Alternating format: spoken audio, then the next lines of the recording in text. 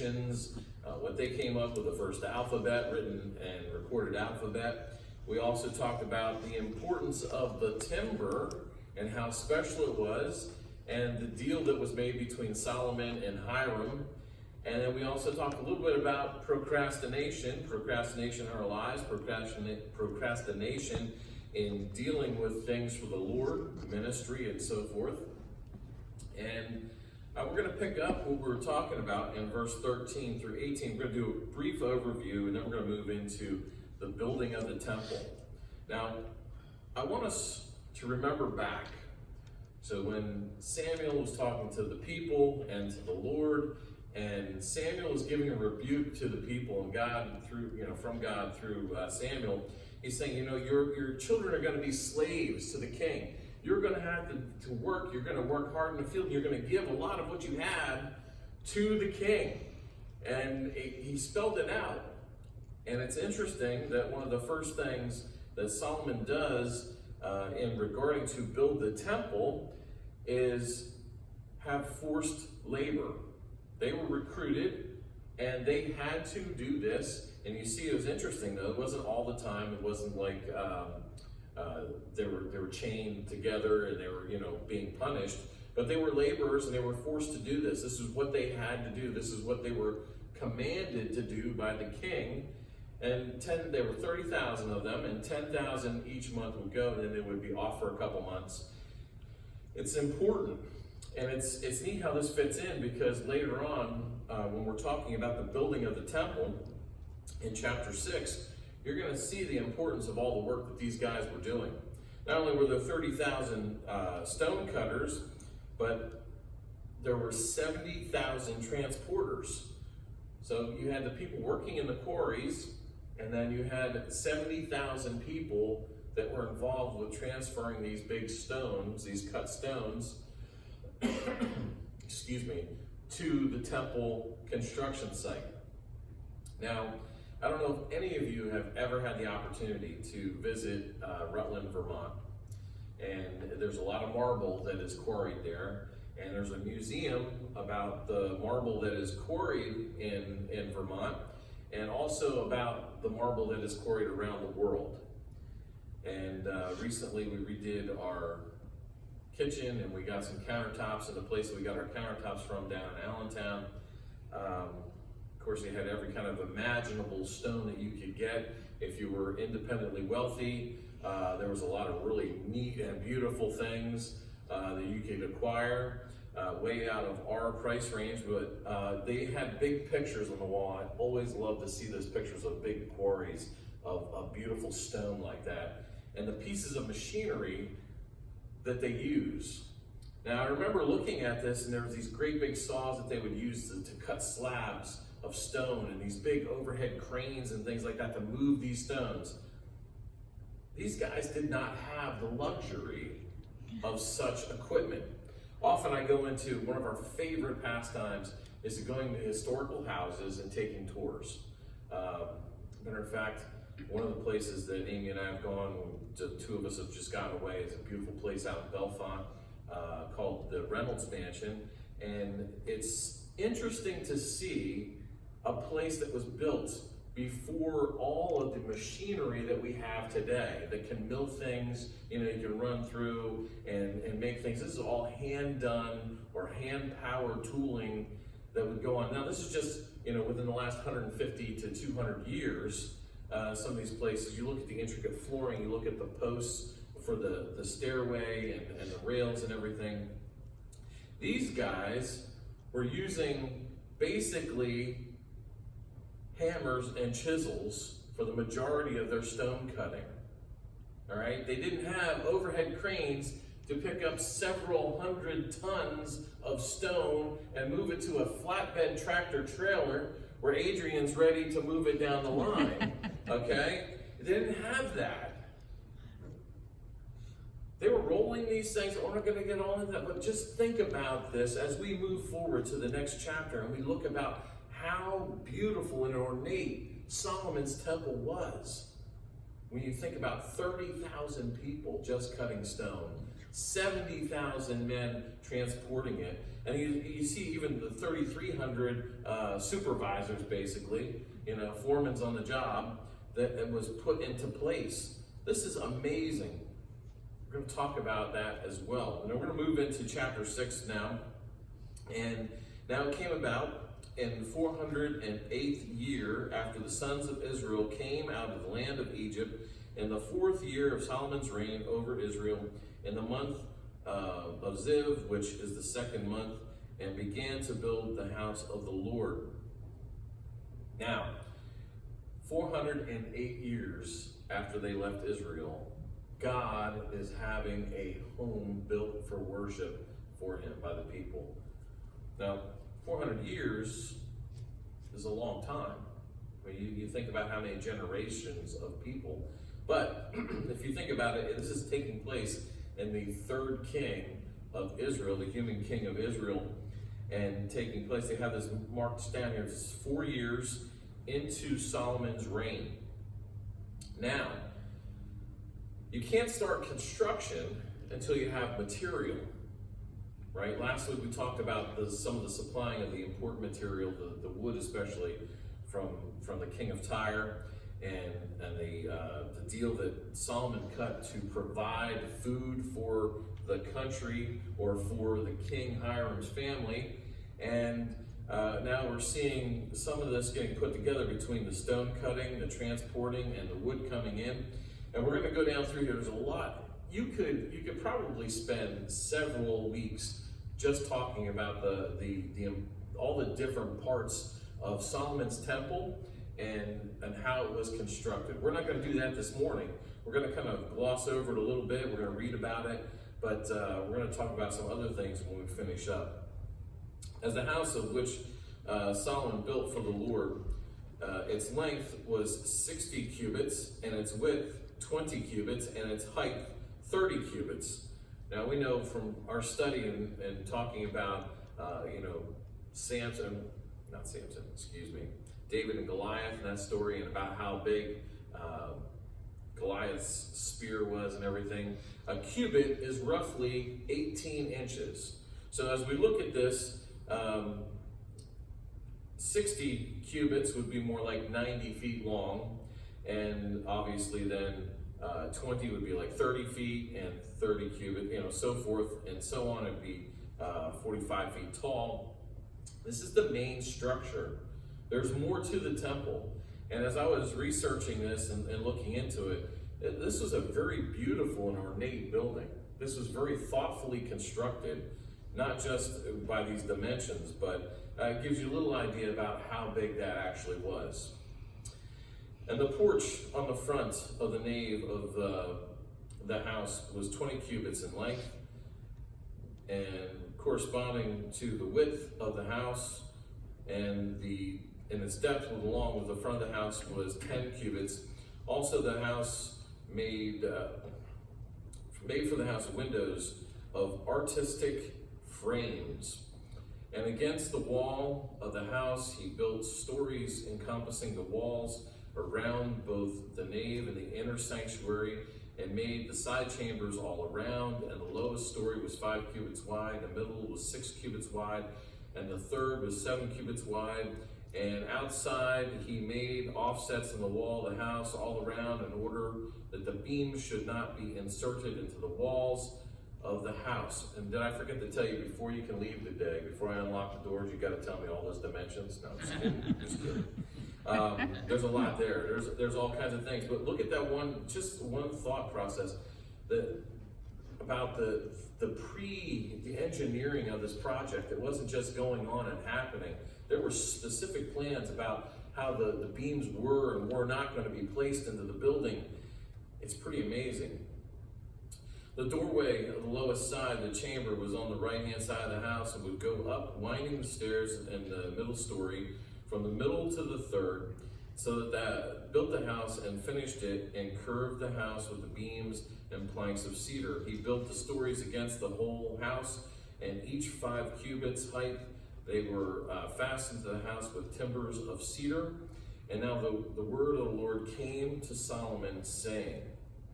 Now we're going to switch gears a little bit. So all the dimensions, all the architecture, everything we see there, it's beautiful, I'm sure it's very important, but the fact is, what's coming up here in verse 11 is probably the most important thing that's going to take place. Now the word of the Lord came to Solomon, saying, concerning the house which you are building, if you walk in my statutes and execute my ordinances and keep all my commandments by walking in them, then I will carry out my word with you, which I spoke to David your father.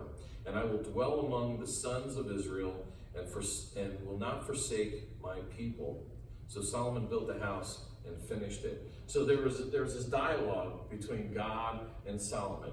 There was a word. This is all going on. The construction's going on. And God says to Solomon, here's the deal. Just a reminder. You build this house and observe my statutes. You listen to my law. You obey my law. And I will stay with you. I will protect you. It's a big deal. This covenant between Solomon and Israel.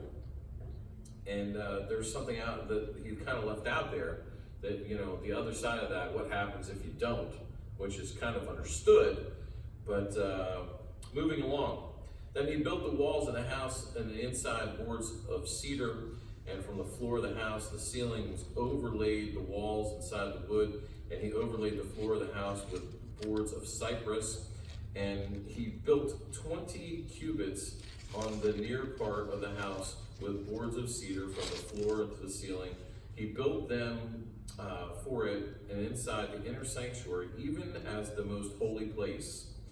And the house that is the nave in front of the inner sanctuary was 40 cubits long. And there was cedar on the house. Within the carved and the shape, the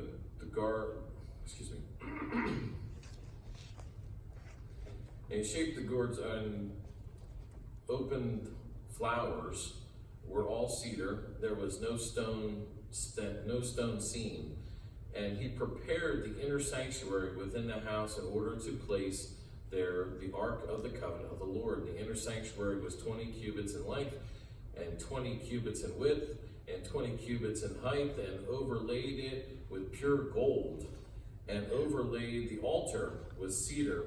And Solomon overlaid the inside of the house with pure gold, and drew chains of gold across the front of the inner sanctuary, and overlaid it with gold, and overlaid the whole house with gold. And all the house was finished, also the whole altar, which was the inner sanctuary, overlaid with gold. Also the inner sanctuary he made 2 cherubim of olive wood, and 10 cubits high, and the 5 cubits was the one wing of the cherub, and 5 cubits the other wing of the cherub, and the end of the wing to the end of the other wing was 10 cubits. It's good math there, right? 5 and 5 is 10, so that's awesome.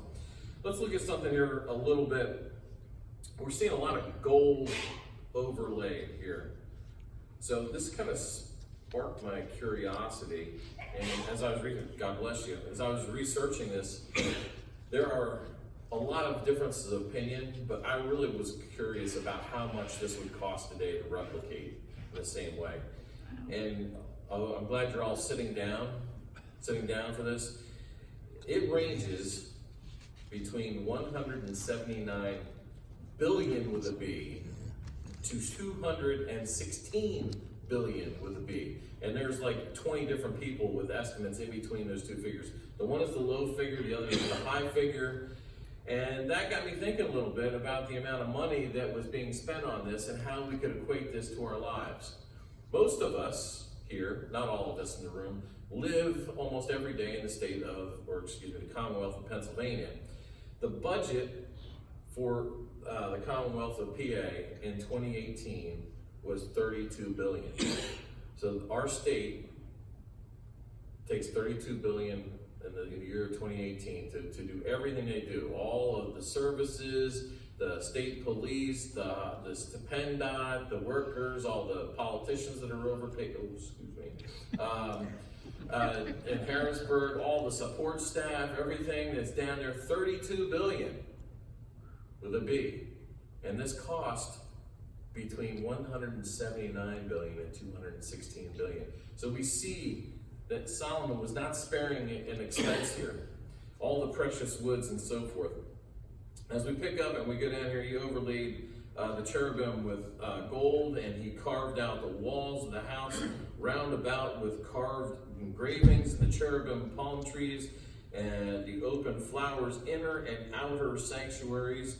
And they were overlaid the floor of the house with gold, inner and outer sanctuaries. And for the entrance of the inner sanctuary, he made doors of olive wood, and the lintel, 5-sided doorposts. And he made 2 doors of olive wood, and carved on them carvings of cherubim, and palm trees, and open flowers, and overlaid them with gold, and spread gold on the cherubim and the palm trees. Now, I don't know about you, has anybody ever seen any kind of carving out of olive wood? It's actually a very pretty wood. When my brother was younger, he spent 7 months in the West Bank of Israel in a missions hospital, and he came back with all kinds of neat stuff that they carve, for the tourists. Brought my mom back a nativity set carved out of olive wood. It's very pretty. It's beautiful grain to it, and it looks nice. Solomon took that beautiful wood, made all these things, and then overlaid it with gold. So he's definitely doing his best to make this the absolute best temple that it could be for the Lord. And the 2 doors of cypress wood, and verse 34, 2 leaves, the one door turned on pivots, and 2 leaves, the other door turned on pivots. And he carved on it cherubim, palm trees, and open flowers, overlaid them with gold and engraved work. And he built in the inner court 3 rows of cut stone, the row of cedar beams. In the 4th year, the foundation of the house of the Lord was laid in the month of Ziv, and the 11th year, the month of Bul, which was the 8th month, the house was finished throughout all its parts, according to all its plans. And so it was 7 years to build it. Okay, we could get lost in all of this stuff going on here. And I skipped over a couple verses. One of the verses mentioned about how there was no hammer being used when they fit the stones together. So you figure about all of the logistics and all of the importance of the architecture. If you were a builder or an architect, an engineer, this is a project that would keep your attention probably for months to study how this happened, how this took place. You hear a lot about, obviously, the ancient Egyptians and how they made things and how they transported stones and so forth. This was a feat. This was something that was a parallel these other things that have stood the test of time. Obviously, this temple was destroyed by men invading the country. But there's a couple things I want us to look at real quick before we go. That is, number one, going back, Solomon didn't procrastinate on this. It took him time to get all the things laid for the plans, the architecture, the drawings, and all the different things that had to be done. We talked about that last week. He was focused on this plan. But what we're seeing here was he didn't spare any expense to do this. He was not just doing the job, but he was generously doing it to the best that he could do. He was giving his best to God in respect of the temple that he was building. You think about $216 billion, okay? Back in those days, I don't know what the amount of money it would have been, but even today, $216 billion, that's a lot of money. That's a lot of capital that Solomon was taking from the treasures of his own kingdom, from himself, and giving to God. Now, he did have forced labor. He did utilize that, so that, we're not talking even about the cost of what the labor would have been involved in this. But you got to think about this. He could have built a temple that was beautiful and not done so much overlaying in gold. He could have built a temple that was all out of stone. I mean, when we look at ancient Greece, we see the Acropolis and all these different things. They were stone buildings, and they were beautiful. But Solomon didn't stop there. He went to a whole nother level and said, if I'm going to do this for God, the Almighty One, the one that we are worshiping, the place that we're going to take our time for, I'm going to do my best. Moving along, we also found out that it's amazing that this took place in the shorter time that it did. 7 years to build the temple. 7 years. How many years did it take to build the Freedom Tower? With all of our I don't know. I'm just throwing that out there. It took a long time. When you see different things, when you look at a bridge in Monroe County that takes 2 or 3 years just to do a bridge, a concrete structure that they pre-make and bring in and put down. I mean, it was at least like 2 years, right? 2 For years. the bridge over the Broadhead Creek. 2 years. 2 years. Yeah. That was pretty rough for those of us who live on the other side that had one to come across that bridge and go all the way around town, inconveniences in our modern life. But do you see what I'm saying? This was amazing. This was amazing. Not only did Solomon provide everything that he needed with architects' plans, the materials, providing the fact that he was sending people out to cut the stone, that when they came into the temple workplace, that not a hammer and chisel was used. They were perfectly fit together. All the gold and silver overlays, all the precious, everything else that went into that, he spared nothing. He gave his best, but he followed through. See, a lot of times, it's interesting to see different people's personalities, okay? Usually, if you're a great visionary, you have great ideas. A lot of times, though, it takes other people around you to make sure that that plan gets put into place and follows through. Because a lot of times, dreamers aren't mostly the ones that follow through on things, okay? God has blessed them with a great ability to envision things, to come up with great thoughts and ideas. But a lot of times, it takes another type of personality to get those things worked into place and done.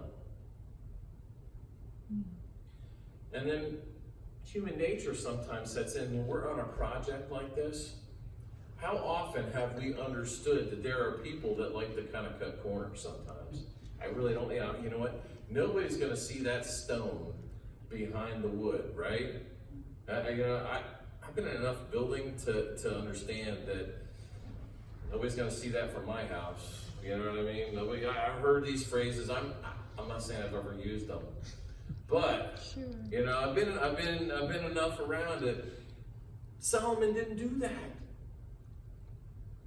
Every aspect of this project is a portion that we can take and look at and equate to our own lives, in our own worship to God, in the way that we minister for Him.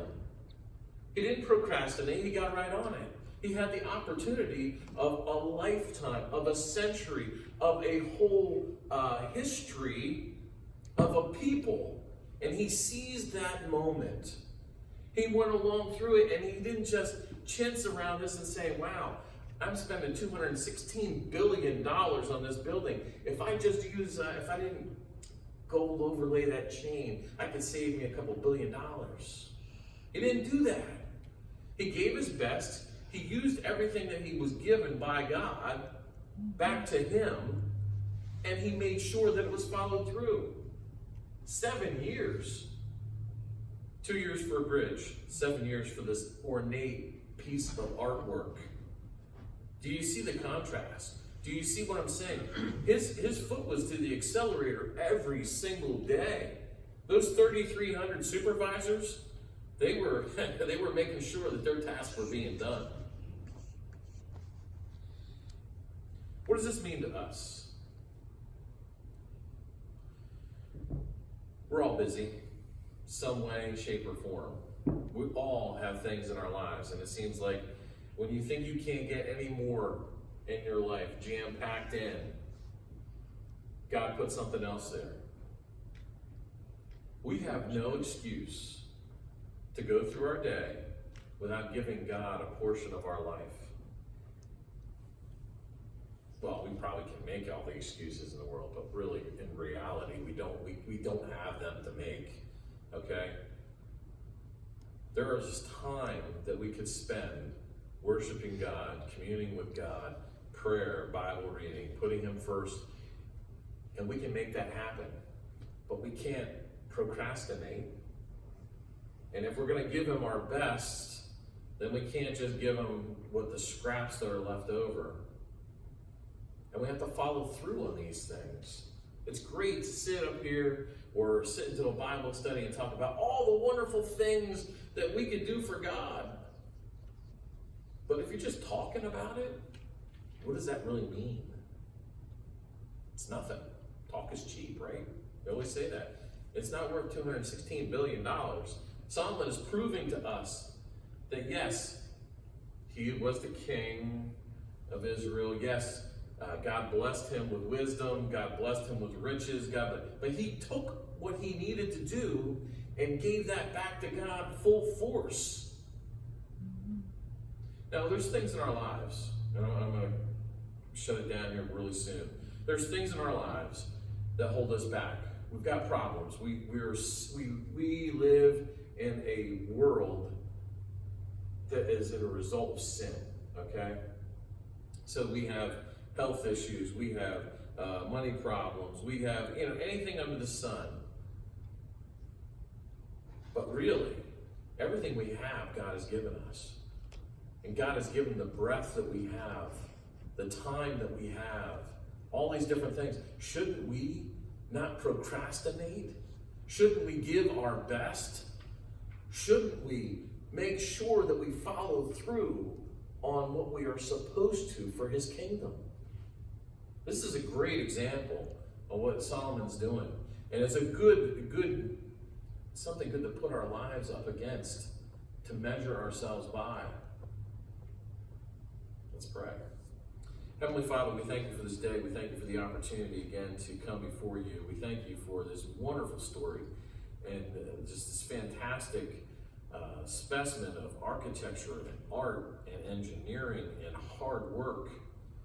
Lord, help us to, in every aspect of our lives, and some, we know our limitations. We know what we struggle with. We understand that we probably struggle with one, two, maybe all three of the things we talked about: giving or procrastination or following through or whatever it might be. Lord, help us that in every way and every day that we work hard to combat these things, and with Your help, we know that we can succeed.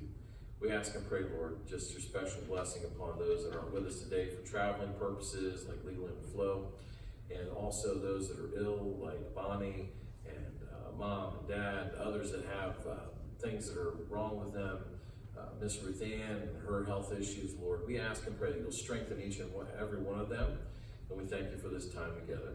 In Jesus' name, amen. Let's turn in our hymnals to 648. We're going to stand and sing.